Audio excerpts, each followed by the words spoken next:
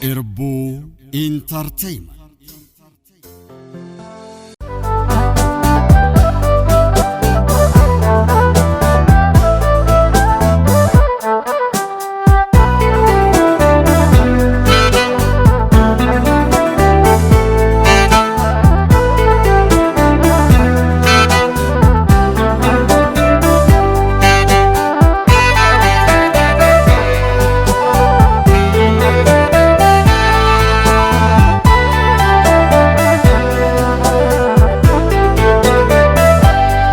Sadodun famiti kayon kenya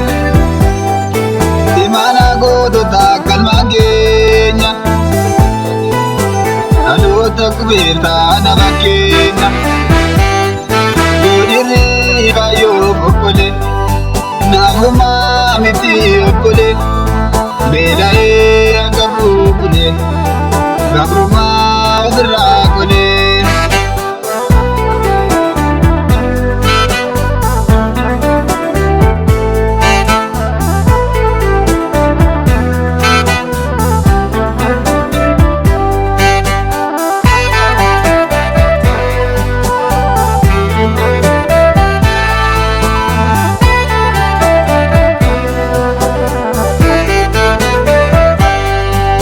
Madar gitu male siri gadi nur fitu arasaku makale gadi nutur tu elab lebun danke kayo kenya sharafu talon izdada mage tu biarafu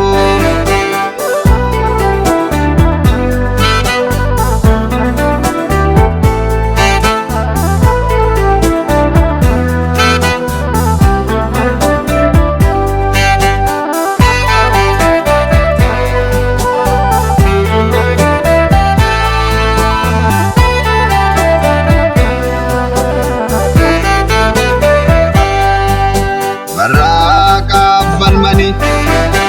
Tanggana sasa Imbadu mazani Sajirutu waza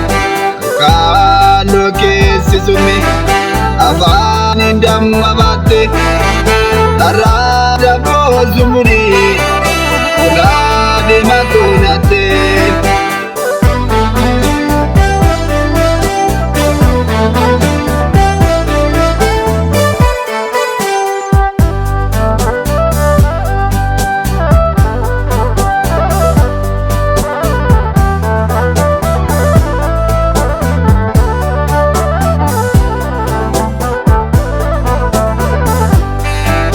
Yawara di taruru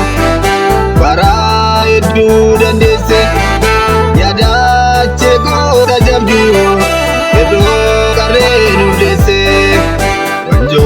karbu macam su yuko bida ilmanke wow karo sinjamju rana minake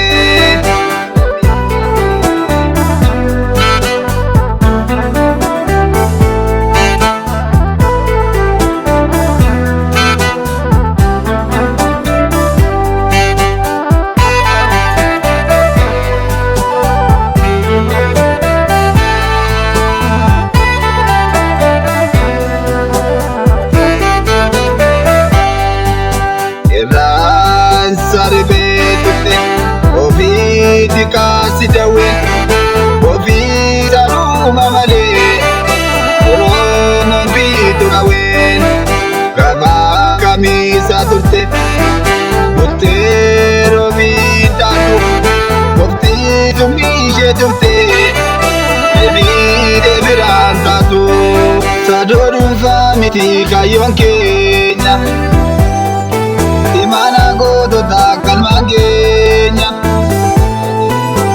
Alo takbirta na bakenya Godiri kayo bukole Naguma miti ukole Bela agabukole Gabruma udrakole